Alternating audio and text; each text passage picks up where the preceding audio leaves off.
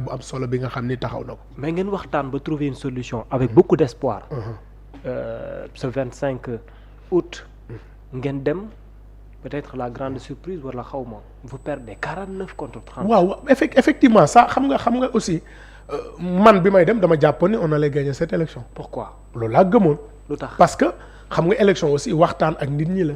ñan ko wax non xam nga une élection moom tu parles avec ñi nga xam ne ñooy les électeurs. Ouais. Nous on a parlé avec les électeurs nos conseillers on a discuté avec tout le monde mais ce que les gens oublient dans la composition du conseil municipal Taxawu Sénégal dans grande famille Taxawu Sénégal avec Sénégal bi ñu bokk on est 27 élus. Bi séparation amee Barth est parti avec 9 on est resté avec 18. Mais ce que les gens oublient Pastef avait 13 conseils. Wow. Mais il y a 11 élus qui sont de la mouvance présidentielle. Yewwi Askan Wi. Non, je parle pas de Yewwi. Mouvance qui sont de la mouvance présidentielle actuelle. Seen ay parti ils ont avec Pastef soit ci Diomaye président élection législative ak élection présidentielle. Donc Pastef n'est pas parti avec 13, Pastef est parti avec 24. Là où Taxawu Sénégal a quitté 27 pour départ avec 18. D'accord. Beneen fait bi mooy bi ñu demee législative. Wow. À Dakar il y a des maires qui se sont rapprochés aussi de la mouvance présidentielle. Il y a des maires qui ont décidé de soutenir Pastef. Donc quand les gens disent que le Pastef est parti avec 13 c'est parce qu'ils ignorent. Peut-être ils sont partis avec ces 24 ils sont partis avec ces maires là yi nga xam ni. Ils ont rejoint la mouvance présidentielle là où le nombre qui est avec Pastef doon yokku. Waaw. Nous Taxawu Sénégal on a perdu 9 parce que Sénégal bi ñu bokk c'est 9 dem na. Donc noonu la ñu démarrer élection bi le reste nag c'est des discussions ay waxtaan la avec des élus. Peut-être ñun on a porté un discours eux ils ont porté un discours peut-être les élus ont pensé que peut-être bële moo leen convaincre mais man suma sañoon mooy Ngoné Mbengue moom lañ doon fal maire et ci loolu laa liggéey ci loolu laa xeex yàlla dogal nag gagné wuñu et puis on accepte le jeu démocratique. des trahisons parce que am na ñu wax ci yéen ni ñu waxee mooy on vous a trahi. Moi par respect à mes collègues élus j'irai pas jusqu'à dire ça je considère que moi je suis responsable am naa sama voix. Votel naa ki ma gëm keneen am na voix votel na ki mu gëm su ko defee nag pour d'autres raisons mais l'histoire nous jugera mais moi je préfère pas tout dugg ci considération yoo xam ne aw ma ci des preuves mais li am solo rek mooy en tout cas bi ñuy dem ñun. man en tout cas mën naa wax parce que j'étais dans le dispositif. waay li ñu joxoon ñëpp seen kàddu ni dinañ ñu votel. waaw suñ ñu voteloon élection bi du demee nii. ñaata ngeen doon am au minimum. non en fait on n'ira pas jusqu'à dire ñaar. non chiffre rek quoi. non en tout cas li ma xam man. waaw li ñu teewoon ci ay nit ay élus yu jàppoon ni dinañu voter madame la maire. waay suñu ko defoon on allait gagner plus et mieux que Abbas ni mu gagné. vous allez avoir donc au-delà des 50. Au-delà de ça. Au-delà des 50. Donc on allait gagner haut la main mais xam nga élection aussi avec tout ce qui se passe li am solo mooy je veux pas trop parce que xam nga nit aussi bu ngeen compétiré mu gagné nga bëgg rekk foofu di wax dafay mel ni da ngay salté kon la surprise était énorme. Oui on peut le dire parce qu'il y a un travail qui a été fait ñoom def nañ seen stratégie nous avons mis notre stratégie nous avons discuté avec les élus nous avons donné notre vision de la ville de Dakar. Peut-être ça n'a pas convaincu peut-être la stratégie n'était pas là-bas mais le résultat bi daal li mu joxe mooy on n'a pas gagné. après tëju ngeen. juste après élection yi tëju ngeen waxtaan. Oui on prendra le temps de on prendra. Je parle au niveau de la mairie bi élection bi jeexee juste yéen ak Ngoné ak ñi doon voté tëju ngeen. Non en fait le moment venu inch'Allah quand s'il faut suñu paree en tout cas étude ñi ngi diagnostiqué waat encore ñi ngi discuté waat ñi ngi waxtaan mais si on parviendra à faire des conclusions on ne manquera pas. Est-ce que Barth n'a pas eu raison à un certain moment ci yéen parce que juste avant élection yi def nañ déclaration ni toute personne bu accepté wala dem ci élection bi ci comploteurs yi ko fa jëlee ci ngeen bokk. Non je ne pense pas qu'il a eu raison parce que xam nga tey quand les gens parlent de boycott tey le boycott n'a pas été efficace. N'a pas été efficace. Lu tax parce que le boycott a facilité à Abbas de gagner cette élection parce que tey aujourd'hui nous on a eu par exemple 30 voix. Ouais. Parce que ñoom sur leurs 9 conseils 3 sont venus. waaw te ma Diop nee na. 3 sont venus et parmi ces 3 kenn moom wax na ouvertement parce que dégg naa nit ñi naan nu ko ma Diop xamee c'est parce que kooku moo assumé ni moom il vote pour Abbas. kan la non je ne saurais je vais pas le dire peut-être di ngeen am occasion xam ko mais il l'a dit et il a assumé et moi je préfère nit ku assumer li muy def. wax ma ni ànduma ak yow que ki ma ni yow laay àndal te ànduma ak yow. donc li am solo mooy le boycott n'a pas été efficace parce que tey si tous les élus de Taxawu Sénégal bi ñu bokk venaient mais le résultat allait être autre. Parce que ñi xamul dégg naa ñu naan même su ñëwoon Abbas 49 la am mais dañu xamul ni la majorité électorale est déterminée par le nombre de suffrages valablement exprimés qui est déterminé par le nombre de présents. On a dit 45 mooy gagné parce qu'il y avait 88 votants mais su 90 ñëwoon wala bu doon 96 moo ñëw mais dafay yokk. waaw et ce qui est sûr que tey mënoon nañu am un second tour.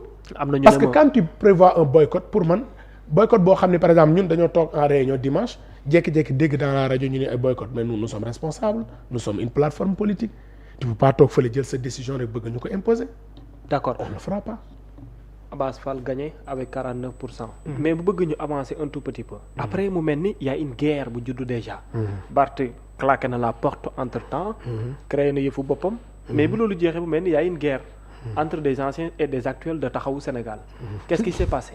non dire une guerre ce serait peut-être trop dire. Oui parce que y a Khalifa Babacar Sall qui est accusé directement par certaines personnes ne moom élection yi résultats yi. waaw mais xam nga Khalifa Sall moom élection yi lu ko ci waaye xam nga Khalifa Sall malheureusement am na ñu bari ñoo xam ne bu leen baalu àq yërëm naa leen parce que on lui fait un très mauvais procès Khalifa Sall je dis ñi mu jàppale ñi mu liggéeyal bu ñu fayoon naar bi xoolal moom il n'en serait pas là. Parce que de 2000 à maintenant, je rappelle, c'est le plus ancien membre de l'opposition du Sénégal. 2009, mu gagné mairie Dakar. Les gens avaient dit à l'époque dañ ko doon accusé d'être de connivence avec Wade. Pourtant Wade nekk na fi ba jógee kenn mësul gis Khalifa Sall dem ci moom wala mu jàppale ko. 2014 2012 bi entre les deux tours c'est lui qui a conduit presque Macky Sall vers Cheikh Ousmane Tanor Dieng pour ñu andi Benno Bokk Yaakaar. Et pourtant bi ñu gagné élection daf ni nañu dellu tabaxaat suñu parti. ñu bàyyi Macky mu gouverner 2014 ñu ne ko boo ñëwul tey Benno Bokk Yaakaar dañuy nangu sa mairie mu def liste gagné 16 des 19 communes de Dakar moo tax gars yi wax Yewwi dama leen wax ni en 2014 li ñu gagné woon ci commune Yewwi gagné wu ko en 2012. voilà c'était Khalifa Sall. non en fait c'est pour rappeler. Ouais. Donc Khalifa Sall ñu accusé ko fi lan naan day ànd ak Macky Sall pourtant Macky ñëw na ba dem kenn gisul Khalifa Sall mu dem au contraire dégg nañ ñeneen ñu ni ñoom ñoo doon négocier tey aujourd'hui d'autres gens l'accusent donc xam nga tey ki la tagg démb. bu la xasee tey la ma sama góor ga waxoon rek xoolal entre lam taggu démb ba ak xasu tey bi ban moo ciy dëgg parce que ki la xasu démb bañ lay jiiñ naan la da nga nekk en connivence avec le régime de Macky ña la doon défendre naan la tey àndoog moom tey bu ñu wëlbatikoo tey di la xas ña la doon xas démb di la di tagg. mais kenn defu ko yéen a attaqué wante diggante yi ak Barthélémy damay rappeler je veux juste rappeler ce fait. waaw parce que biñ ko fi jiiñee en connivence avec Macky ña ko doon défendre tey ñenn ñi tey ñoo koy accuser ña ko doon accuser démb tey ñoo koy défendre mais autant lui il est resté constant dans sa démarche parce que tey élection bi li mu wane ci ku bëgg gis dëgg ñun on a 18 conseillers suñu candidat am na 30 voix donc où est-ce que Khalifa non Barth moo toog ne ay dóorkatu marto non xam ak ay yeneen non déggu li ma la wax dama la wax man ce que je dis c'est clair man xam nga nit booy wax say wax te tuddoo man am na yoo xam ne dama si ñëw mais li am solo mooy li résultat élection bi wane. waaw li résultat élection bi wane leer na beneen bi mooy dama ni ma rappelé la ko nit ki la tagg démb bu la xasee tey tagg ba bu mu la neex mukk waaye xas bit bu mu la naqari. mais la question mooy dafa gaaw parce que Barth buy toog naan dëppkatu kees ak dóorkatu marto mais kenn ku ne posez lui la question kan mooy dëppkatu kees ak dóorkatu marto ba boobaa boo ma woowee sa plateau dinañ ci mën a wax man ak yow. mais ça vous dérange pas. non xam nga Barth waxee noonu ci mairie de Dakar xam nga man j'aurais souhaité xam nga en politique dafa am ñetti principe. ñett ànd moo am. waay tàqaliko moo am dajawaat am. te nit nag bu ngeen àndee tey tàqaliko bu ngeen bëggee dajawaat bi rafetal suba rafet nañu xool waxin ni parce que tey jii bu ñu fi bëggee toog ñun di xasante di saagante mais Sénégalais yi dañ ñu jéppi maintenant gëm naa nag bu ngeen àndee ba mu yàgg bokkatu leen gis-gis kenn ku ne défendre la nga gëm mais na yem ci défense des principes parce que nag fii kenn ñàkku fi fayda koo fi fonk kilifa mu fonk sa kilifa waaye bis boo weddilee kilifa mu wan leen dootus te ñun nag amuñu lu dul Khalifa Sall te la ñu waxoon démb moom la ñu waxaat tey. la ñu waxoon démb ci Khalifa moom la ñu waxaat tey il reste notre leader il reste notre boussole en politique il reste notre repère et je considère que ce Sénégal là ne se fera pas sans Khalifa Sall. moo tax nga réplique ne ko ku tàmm waxtaanu guddi moom lu ñu def rek nga ne yaakaar ne waxtaanu non yow da ngay tooñ en tout cas Thione Seck moo daan wax ni njiit bu matee njiit bëccëg lay daagu mu teg ci ni njiit bu matul njiit nag guddi lay daagu xajee di ko mbaw. loolu de moom dégguma ko moom ci contexte bi xaw ma sax qu'est-ce que ça veut dire. kon laajal mag ñi dinañ la wax. loolu moom li ngay wax nii. xaw ma sax qu'est-ce que ça veut dire exactement parce que daal xam naa ne moom wax la te waxu Bassirou la mais xam nga nag Bassirou bu toogee ay nit ñu bari di ko seetaan day laaj lu mu wax lu ne mu leerlu. waaw mais li ma wax kañ man pourquoi dans une conférence de presse où tu as fait presque 10 minutes de prise de parole les gens veulent prendre juste 30 secondes. mais wax ji moo attirant. waaw mais il faut voir wax ji yëpp li ma wax. non dëppkatu kees beeg dóorkatu marto beeg waxtaankatu guddi beeg yooyu noonu yëpp loolu kay moo laajub leeral bas. nañ avancé rek nañu yónni yàgg rek li ci kanam rawati bët. après amul problème entre vous et les gens de Barth parce que ñenn ñi tam génn nañ def réplique. wan xam nga tey le charme de la politique le charme de la démocratie c'est la contradiction. oui mais pour certains. non mais attends man loolu laa gëm la contradiction nourrit le débat politique mais pourvu que ça soit sain simplement. parce que tey dama la mënuma wax tey jii yow baax nga suba mu wax ni bon nga du ma ko def. vous vous êtes senti offensé ba xale. mais à un moment donné on a senti benn campagne des chroniqueurs des journalistes des influenceurs ñoom ñëpp bëgg a dëkkal Khalifa fu mu dëggul dama sama benn kilifa dama wax ni dama ko dégg dama ne Serigne Moustapha bu sëñ Abdou Aziz Ami moo ko wax mu ne ku sàggan ba ñu def sa kilifa yàq xaja koy mujjete doo ci mën dara te nag toog ñuy toroxal sa kilifa ci ñàkk fayda la bokk.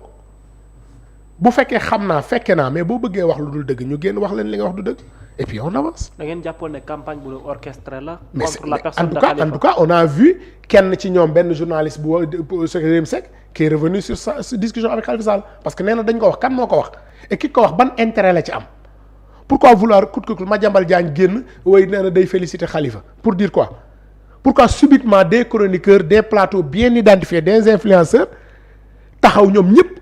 jëlandoo benn coup mooy bëgg a accuser Khalifa Sall dans cette histoire qu'est-ce que Khalifa a fait le choix c'est nous autres élus de taxaw et on assume et si c'était à faire demain on allait refaire la même chose donc il faut que les gens arrêtent il faut que les gens reviennent à la raison parce que am na débat bi fu muy toll dina dem foo xam ne kenn ci ñun bëgg ko te soxlawuñu ko parce que tey mu neex mu naqar nous sommes tous dans l'opposition et quand on est dans l'opposition on est obligé de collaborer demain nous avons en face de nous un régime qui est en train de se renforcer qui est en train de poser des pas est-ce que nous autres de l'opposition ne devons pas être intelligents nous retrouver autour de l'essentiel et arrêter les je sais pas guerre de borne fontaine yi nga xam ne les querelles de borne fontaine yi nga xam ne ça ne mène à rien du tout parce que plus on s'entre-déchire mais on renforce le pouvoir il faudrait je lance l'appel à tous les membres de l'opposition ce qui se passe à la ville de Dakar doit être un cas d'école qu'on puisse se retrouver autour d'une table évaluer ko xool réellement parce que de 2009 à maintenant la ville de Dakar a toujours été entre les mains de l'opposition pourquoi subitement on l'a perdu. il me semble que sortie Madiambal Diagne beeg bu Cheikh Yérim Seck bi daa mel ni taal na jëppee taxawu de. taal c'est-à-dire. maanaam yéena dur na fa safara. waaw parce que nag dafa am loo xam ne dootuñu ko nangooti mooy que toog sa kër naan sa café dajeeg say nit def loola neex bëgg a taag xa dama ne jamono ji mu leer ci bopp ñëpp ku fi fonk Khalifa ñu fonk la mais ku ko def leneen ñu def la ko. on est plus prêt à subir ça moom il faut que ça soit clair pour tout le monde nag lu waaye di waxati ci moom na leer parce que loo ko wax rek dinañ la ko delloo. ay menaces. non du menace mais on veut dire suñu kilifa nag ñun mënoo jël sa kilifa fonk ko jël suñu kilifa ba ko def mouchoir duñ ko nangu da ngay fonk suñu kilifa ñu fonk la nga def ko mouchoir ñu def la mouchoir ça c'est très clair. mais boo toogee nag ay apprentis politiques ak ay soi-disant chroniqueurs mais Bassirou tamit. pour yow xanaa daa am ñu leen yónni. en tout cas dégg naa la nañu yónni yàgg. le temps est le meilleur juge. mais pour yow daa mel ni daa am ñu leen yónni. ah en tout cas nuru na ko nag parce que nee naa la bu xoolal attaques yi ni mu coordonné ak ñi koy defandoo Babacar dañu am lu ñu dund avant 2022 avant 2024 face au PASTEF dafa am lu ñu dundoon. waaw am nu ñu ko gisewoon ñu bari jàpp ni sax suñu noppi gi moo ñu yóbbee li ñu daloon. je me rappelle. dootuñu dalati nag toog di seetaan. waaw dootuñu dal parce que on a vu ce que li ñu loolu jural. moo tax aujourd'hui j'en appelle à tous les militants et responsables de taxaw Sénégal fu ñu mën a nekk nañu takku dëgër fit taxaw bu ñu nangooti kenn di ñàkkal fayda sunu kilifa. ça sera une confrontation entre Sénégal bi ñu bokk. non je parle xam nga yow yaa bëgg a personnaliser. Sénégal bi ñu bokk non moi je parle de tout le monde. non en fait soo gisee ma wax la foofu ñu ngi ci cadre restreint bi ba léegi mooy entre yéen ak Barthélémy Dias est-ce que mënees na koo jàpp tam balaa dara mu débuté foofu. non en fait xam nga man yow yaa bëgg a yamale foofu. non laaj la attention Sénégal bi ñu bokk j'ai des amis j'ai des sœurs avec qui j'ai cheminé en politique 10 ans 15 ans 20 ans. mais Bassirou donc loolu li ma bëgg a wax mooy non xaaral rek non ba tey yàqu non attends je te dis nag tout de suite. bu politique jeexee boo génn am na ñoo xam ñooy nekk. mais li am solo mooy. le message que je lance. est adressé à toute personne qui pense qu'il peut s'attaquer à Khalifa Sall.